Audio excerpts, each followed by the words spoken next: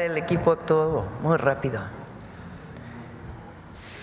Bueno, el día de hoy vamos a hablar del Plan México. Movimos un poco la conferencia porque tuvimos una llamada temprano con el presidente Trump. Mañana se va el secretario de Economía a Washington a tener una reunión y pues seguimos hablando sobre los temas comerciales. Nada en particular, sino seguimos negociando y con buena relación y buena comunicación. Bueno, hoy vamos a hablar del Plan México.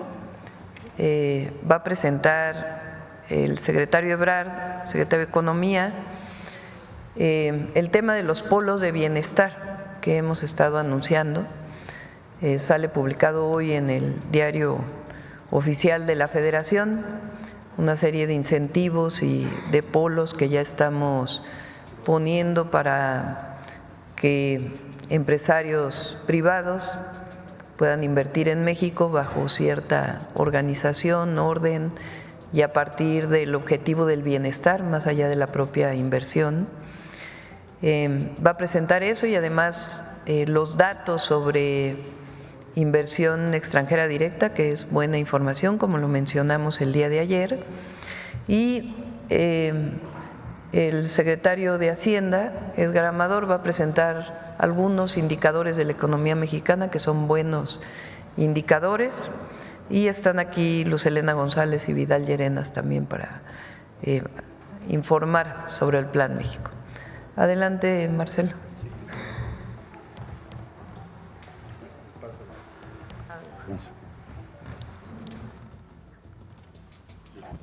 Muy buenos días, con su permiso, señora presidenta. Bueno, la que sigue, por favor.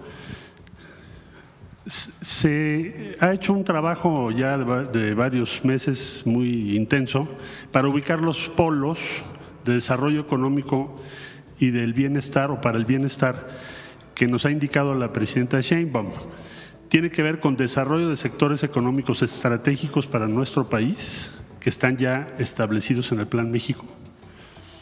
Tiene que ver con el desarrollo territorial en regiones estratégicas del país, es decir, que se tenga un desarrollo en todo México y no concentrado solo en algunas regiones. Tiene que ver con vincular procesos productivos y ayudar a las pequeñas y medianas empresas. Tiene que ver con el incremento en contenido nacional que se ha propuesto por parte del Plan México y sobre todo, lo más importante, que haya prosperidad compartida. Es decir, que si tenemos crecimiento y tenemos inversión, se traduzca en bienestar. Por eso los polos están vinculados al concepto de bienestar.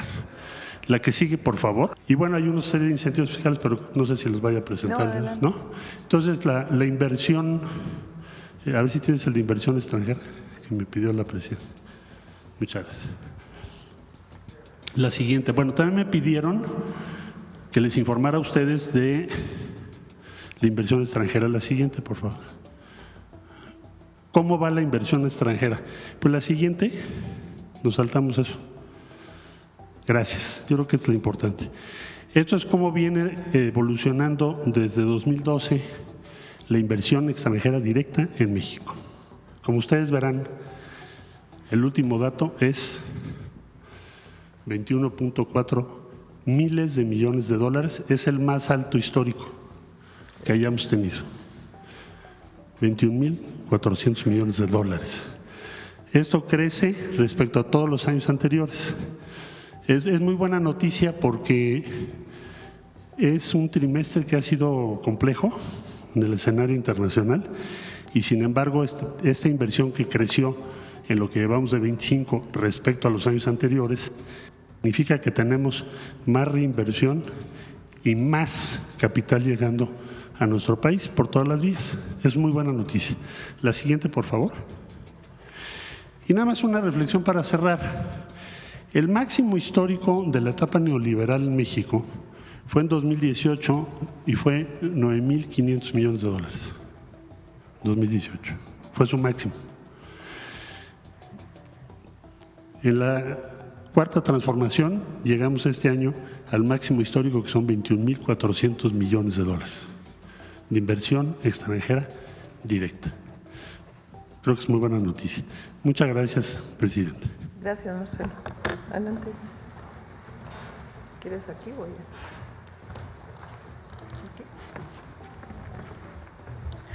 Con su permiso, señora presidenta. Buenos días. Queremos comentarles los últimos indicadores de la economía mexicana para mostrar la solidez y lo robusto que se ha comportado en este trimestre. Hoy a las 6 de la mañana se publicó el dato definitivo del Producto Interno Bruto al primer trimestre. Tuvimos un crecimiento que confirma las estimaciones preliminares, fue de 0.8% en su comparación interanual. El estimado por parte de los analistas era de 0.4, entonces fue prácticamente el doble de lo que se esperaba, mostrando una buena marcha y una continua expansión de la economía. También se conocieron los datos de inflación.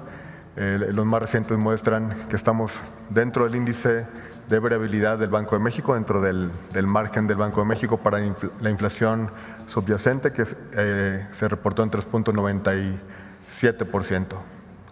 La que sigue, por favor. Entonces tenemos datos de producto y de precios muy sólidos en el sector externo, como mencionaba el secretario de Economía, el ruido que hemos tenido en la parte de la negociación comercial. Sin embargo, los datos duros muestran lo siguiente: las exportaciones alcanzan un máximo histórico en marzo, y en marzo también tuvimos el superávit comercial más alto de los últimos 5 años, ¿no? Entonces, el sector externo mexicano, que ha dado algo de qué hablar en los titulares, muestra una solidez bastante interesante, los datos de exportaciones, la balanza comercial, una salud muy robusta por parte del sector externo del país. La que sigue. Esto es lo que nos convence, digamos, de que la variable más importante de la economía, que es el consumo, va a permanecer sólido en los próximos trimestres y en los próximos años. La tasa de desempleo en el último reporte está en mínimos históricos, de acuerdo con la metodología de la encuesta consolidada a partir del año 2005. Entonces tenemos menos desempleo, tenemos más empleo y ese empleo está mejor pagado, ¿no? Tenemos aquí la masa salarial reportada por el Instituto Mexicano del Seguro Social, que es el monto del empleo por los salarios pagados. Vean cómo hay un repunte muy importante de la tendencia a partir de los gobiernos de la Cuarta Transformación, que buscan robustecer el salario y la masa salarial. Entonces tenemos este factor que es uno de los determinantes del consumo, que muestra una marcha muy sólida. La siguiente, por favor. Esto se refleja, ¿no? La confianza del consumidor, la confianza de los hogares está 17% por encima de su promedio histórico, ¿no? Tenemos hogares, familias que tienen confianza, que tienen una buena perspectiva de la economía de sus hogares y de su país. La siguiente, por favor. Y esto es algo muy importante, a final de cuentas se traduce en confianza y es muy importante que desde el gobierno de la República, desde el gobierno de México, de parte de la Secretaría de Hacienda, agradezcamos a los contribuyentes de este país por su cumplimiento. Estas son las tasas de crecimiento de los ingresos tributarios, los ingresos que vienen de impuestos, que muestran en el periodo enero-abril la comparativa. Estamos creciendo a una tasa de 9.9% en términos reales, una vez descontada la inflación. Eso permite que la hacienda pública tenga ingresos suficientes para cumplir con sus programas, con sus compromisos constitucionales para financiar los programas sociales, los programas de inversión que han sido presentados en estas conferencias. Este es un indicador que muestra, que sintetiza, digamos, la buena marcha de la economía nacional y la salud de la hacienda pública del país. Es cuanto, presidenta. Bueno, otra noticia importante, dije que estaba Luz Helena González. Luz no vino hoy, está Noemí Juárez, que es jueves de Mujeres en la Historia. Otra noticia que es importante que conozcan es que esta madrugada en realidad se aprobó el presupuesto en el Congreso de los Estados Unidos, todavía falta que pase por el Senado.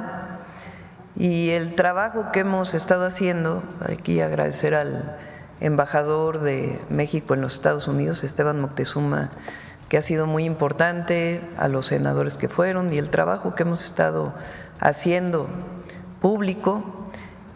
Por lo pronto la tasa del impuesto de las remesas tuvo una disminución del 5 al 3.5%. De todas maneras, nosotros no queremos que haya impuesto. Entonces vamos a seguir trabajando, informando a todas y todos, pero es algo que pues vale la pena reconocer y vamos a seguir trabajando para que no haya ningún impuesto a las remesas que envían nuestros paisanos a sus familias en México.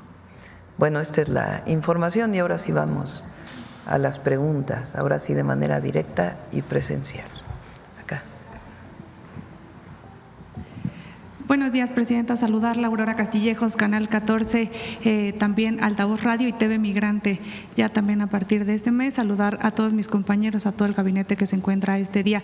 Presidenta, preguntarle justamente de la llamada que sostuvo hace un momento con el presidente de Estados Unidos, Donald Trump. Es la 7ª llamada que tiene con el mandatario estadounidense. Si nos pudiera explicar un poco más a detalle qué es lo que se habló y si justamente se trató el tema de las remesas en esta llamada. Sí, va a haber otras llamadas. En principio seguimos hablando sobre el tema del comercio, de los aranceles. Recuerden que nosotros, en el caso de la automotriz, tenemos una situación muy preferencial para México, aunque todavía quisiéramos más, pero tenemos una situación preferencial y seguimos trabajando sobre el tema del acero y el aluminio y algunos otros temas que planteamos. No quisiera yo abundar mucho más hasta que no podamos llegar a algún acuerdo.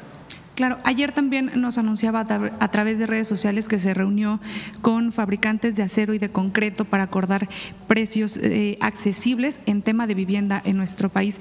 ¿Le mostraron alguna inquietud en torno en este marco internacional? Bueno, sobre todo la Cámara Nacional del Acero, que ha estado trabajando muy de cerca con la Secretaría de Economía. Ayer hablamos de distintos temas, de cómo fortalecer la industria y una de ellas pues es la compra de distintos productos de acero que vamos a necesitar para la construcción de las viviendas, del Programa Nacional de Vivienda para el Bienestar. Entonces la reunión se trató principalmente de un precio preferencial que queremos que se le dé a las viviendas del Programa Nacional de Vivienda para el Bienestar. ¿Cuál es el argumento? Primero, pues que es una compra muy importante. Este año estamos hablando de 180,000 viviendas, tanto del Infonavit como de Conavi, pero además son viviendas para los que más las necesitan, para la población de menores recursos económicos en nuestro país. Son viviendas cuyo precio está en este momento en 550,000 pesos su construcción sin el predio, porque estamos buscando donaciones de predios federal, estatal y municipal para construir la vivienda. Y ese sería el crédito que se le daría directamente a los beneficiarios del Infonavit o a los beneficiarios de la Conavi. Pero para mantener este precio pues requerimos que no aumente el precio del acero y además pues buscar un precio preferencial. Lo mismo con el concreto, el cemento, el mortero, también nos reunimos con los cementeros y en muy buena disposición y estamos seguros que vamos a encontrar pues un buen acuerdo para beneficio de la gente. Claro, en otra de las reuniones que sostuvo a puerta cerrada, Presidenta, hace unos días también se reunió con American Society Council of the Americas. Saber qué se dijo en esa reunión y qué es lo que se logra con este tipo de reuniones. Pues ellos están muy interesados en seguir invirtiendo en México. La mayoría de ellos tienen inversiones en nuestro país y pues hablamos de cuál es el Plan México, cómo invertir, justo hablamos de los polos de bienestar y algunos otros temas. Y ellos hablaron pues de este reconocimiento que quieren hacer a México, a su presidenta, pues por el papel que hemos estado desempeñando. Como lo he dicho, más que un reconocimiento a mi persona, pues es un reconocimiento al país y sobre todo al pueblo de México. Entonces, así como estas, tenemos reuniones con empresarios nacionales, extranjeros, que están interesados en invertir en México, y hablamos pues siempre del Plan México. Y ha habido mucha cooperación. Recientemente se firmó el PASIC para los siguientes meses. Eso quiere decir que se mantiene el precio de la canasta básica, de los 24 productos de la canasta básica, y allí ha habido cooperación de los comercializadores y de los productores agropecuarios. Y también recientemente se firmó un acuerdo voluntario que informamos aquí también de que las comercializadoras, las tiendas de autoservicio y departamentales pues vendan más productos hechos en México, que también es un acuerdo voluntario. De igual manera el acuerdo que tuvimos con gasolineros para que la gasolina no tenga un precio mayor de 24 pesos, que ha sido muy importante. En fin, son acuerdos generales que tenemos y creemos que esto que estamos anunciando hoy de polos de bienestar, que son terrenos para inversión, para parques industriales, cercanos a las viviendas, que tengan acceso a educación, a salud, para las y los trabajadores que van a trabajar en estos polos de bienestar, pues también creemos que va a ser algo muy exitoso para el país. Correcto, gracias, presidenta. Y miren, la otra, dentro de las condiciones internacionales, porque el tema de los aranceles pues cambió en mucho la economía mundial, los indicadores de la economía de México son muy buenos. O sea, uno pensaría esta idea que se ha hecho de que hay demasiada incertidumbre y no hay inversión, pues resulta que la inversión extranjera en México en el primer trimestre fue mayor que la de 2024. Pues eso quiere decir que hay confianza en la inversión en nuestro país. Claro. Presidenta, preguntarle, ayer se reportaba la detención del director de los multinacional Philips. Entiendo que hay una investigación por la venta de ventiladores defectuosos que afectaron, que se dio en la pandemia y que terminaron afectando a personas en nuestro país. ¿Tiene usted conocimiento de este caso? Le pediría a la Fiscalía que pudiera informar de manera específica. Sobre el tema. Sobre el tema, sí. Bien, le agradezco, presidente. Gracias. Buenos días, presidenta. Salvador Corona del Universal. Presidenta, pues primero es de celebrarse pues reducción del 1%, del 3.5%. 1.5. Bueno, esta reducción del 1.5 es de celebrarse porque pues mandaron ayer a la comitiva de senadores de Morena, pues no lograron pues este avance de pues quitarlo al 100%. ¿Cómo van a seguir luchando pues para que no se apruebe en el Senado próximamente? Vamos a seguir hablando ahora con los senadores republicanos y demócratas de los dos partidos, explicando por qué no es bueno que haya un impuesto a las remesas en nuestro país. Recuerden que esta reducción no solamente es importante para México, sino hay países de Centroamérica que las remesas representan el 20% del Producto Interno Bruto. En nuestro caso, pues es alrededor del 3%. Entonces, es importante para todos los países, incluso para India. Pero en realidad México es el único que hemos estado pues hablando con congresistas, haciendo nuestro trabajo con organizaciones en Estados Unidos.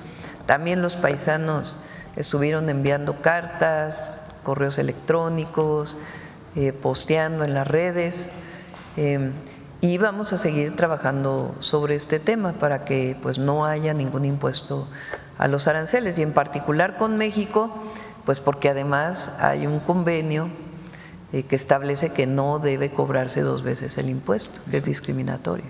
Pero es bueno, por lo pronto, que haya bajado de 5 a 3.5. Ok, preguntarle sobre esta llamada que sostuvo con el presidente Trump. ¿Hablaron sobre la revisión al TEMEC? Entiendo que… Todavía no llegamos a esos temas. Es algo que el secretario de Economía sí ha estado hablando con sus homólogos, pero todavía no llegamos a esos temas. Estamos en particular hablando sobre el tema de acero, aluminio, automotriz. ¿Cuál fue la percepción del presidente? Pues todavía no quisiera yo anunciar mucho más. Estamos pues trabajando para poder pues reducir todavía más los aranceles. Presidenta, también si le ofreció el presidente Trump ayuda sobre el doble homicidio que ocurrió el martes. No hablamos de ese tema. Esto se lo pregunto porque ayer Marco Rubio mencionaba que es real la violencia política en el país e incluso ofrecía pues apoyo pues para poder atender las investigaciones. Pues yo a todos, incluido a Marco Rubio, al secretario del Departamento de Estado, pues no adelantar. Se tienen que hacer las investigaciones para saber cuál es la causa, el motivo de este lamentable y trágico homicidio. Pues no se pueden hacer ninguna especulación hasta que no haya todas las investigaciones. Presidenta, sobre este pues hecho, saber si en su gobierno pues estarían reforzando la seguridad para los funcionarios, incluso para usted en actos públicos. No tenemos pensado. Y anudando a ello, si tienen alguna caso de denuncia que hayan sido no. contra sus funcionarios. No, ninguna hasta el momento. Ninguna. Ok, preguntarle finalmente, Presidenta, un tema que publicamos hoy en el Universal, que 36 aspirantes al Poder Judicial recibieron contratos públicos entre 2018 y 2024. El 90% fue por adjudicación directa. Y también preguntarle en el tema de nepotismo, que para la Sala Regional de Toluca uno de los aspirantes es David Alejandro Abante Juárez, quien ya lleva 8 años ocupando este lugar y busca ratificarse por medio de la elección al Poder Judicial. Y también, él es tiene su hermana, es jueza penal, fue quien liberó a Kamel Nassid, el empresario acusado de formar parte de una red de trata de personas y pedofilia, así como de agredir a la periodista Lidia Cacho. Estos candidatos no desvirtúan la esencia de la reforma al Poder Judicial y pierden el sentido de la reforma, que es evitar el nepotismo e influyentismo que afecta a la ciudadanía, Presidenta. Primero, a diferencia de antes, en donde supuestamente había una carrera judicial quiere decir que supuestamente hacían sus exámenes para poder ir subiendo en el nivel del Poder Judicial o para entrar, pero en realidad no hacían exámenes, o si los hacían pues ya venía la orientación, porque si no, ¿cómo explica uno que la mitad del Poder Judicial sean amigos, primos, hermanos, que haya nepotismo en la mitad del Poder Judicial? Ahora va a ser distinto, quien va a elegir es la gente, y la gente tiene que informarse de cómo van a ejercer su voto. Entonces es muy distinto. Antes decidía a los ministros y a las ministras el presidente, y en mi caso yo renuncié a que la presidenta decidiera a los ministros. ¿Para qué? Para que lo decida el pueblo. Esa es la diferencia. Entonces ahora la gente va a decidir y tiene que todo el mundo informarse para poder ejercer su voto. Entonces es muy distinto. Entonces hay esta idea que quieren decir, pues es que ahora qué bueno que se haga que se dé la información, que sea veraz, ¿verdad? Pero qué bueno que se dé la información para que todo el mundo tome su decisión de por quién va a votar. Pero eso no desvirtúa que el pueblo decida. El problema era antes, cuando decidían unos cuantos a favor de unos cuantos como el caso que planteé el día de ayer, de este ministro de apellido compuesto, que fue director del SAT y que quiere aprobar que grandes contribuyentes, el fisco les regrese intereses de lo que según esto pagaron mal de cuando él fue director del SAT. Entonces, por lo menos debería excusarse y no participar. Entonces, eso sí es conflicto de interés, al menos. Perfecto, presidenta, gracias. Por cierto, por lo que preguntaste del secretario de Estado, lo que sí hay que mencionar es Calderón ayer. A ver, ¿por qué no lo ponen?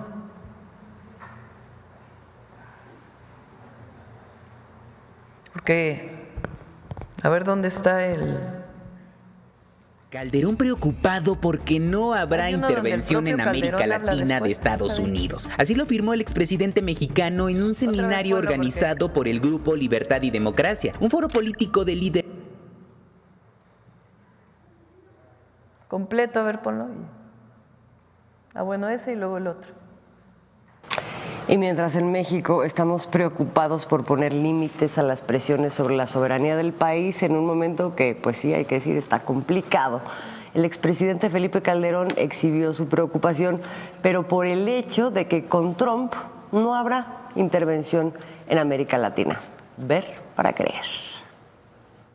Desgraciadamente yo preveo un retiro también de Estados Unidos de América Latina, es decir, no un compromiso con la democracia. Eso nos va a obligar a tener un mundo donde Estados Unidos se volverá más a su interior, se volverá menos internacional, perderá liderazgo. Las declaraciones de Felipe Calderón se dan en el marco de su participación en el foro ultraderechista América, Europa y los cambios de paradigma marcados por Estados Unidos, un evento convocado por el grupo autodenominado, pero en realidad es de derecha, de Libertad y Democracia, así se llaman, esto en España. Vamos con la otra para que… La otra nota, la que iban a poner. Calderón preocupado porque no habrá intervención en América Latina de Estados Unidos. Así lo afirmó el expresidente mexicano en un seminario organizado por el Grupo Libertad y Democracia, un foro político de líderes de derecha. Esto dijo: hay preocupantes razones para decir pierdan toda esperanza. No habrá intervención americana en América Latina. El exmandatario argumentó que la administración de Donald Trump obligará a los demás países a que asuman sus propios gastos de defensa. Por eso lamenta que no haya una intervención. En América Latina hay una retracción de Estados Unidos. Eso sí, advierte que Trump se enfocará en una visión neomonroísta, la famosa América para los americanos. Por eso habrá más visión sobre el Canal de Panamá, el Golfo de México y sobre otros. Al final de su ponencia, citando al nuevo ministro de Canadá, añoró los viejos tiempos cuando Estados Unidos era otro, el viejo orden de un Estados Unidos cooperante, líder de un mundo libre y construido sobre un nuevo orden legal internacional está terminado. ¿Y tú apoyas la intervención como Calderón? Es decir, Calderón preocupado porque Estados Unidos no va a intervenir en México. Y luego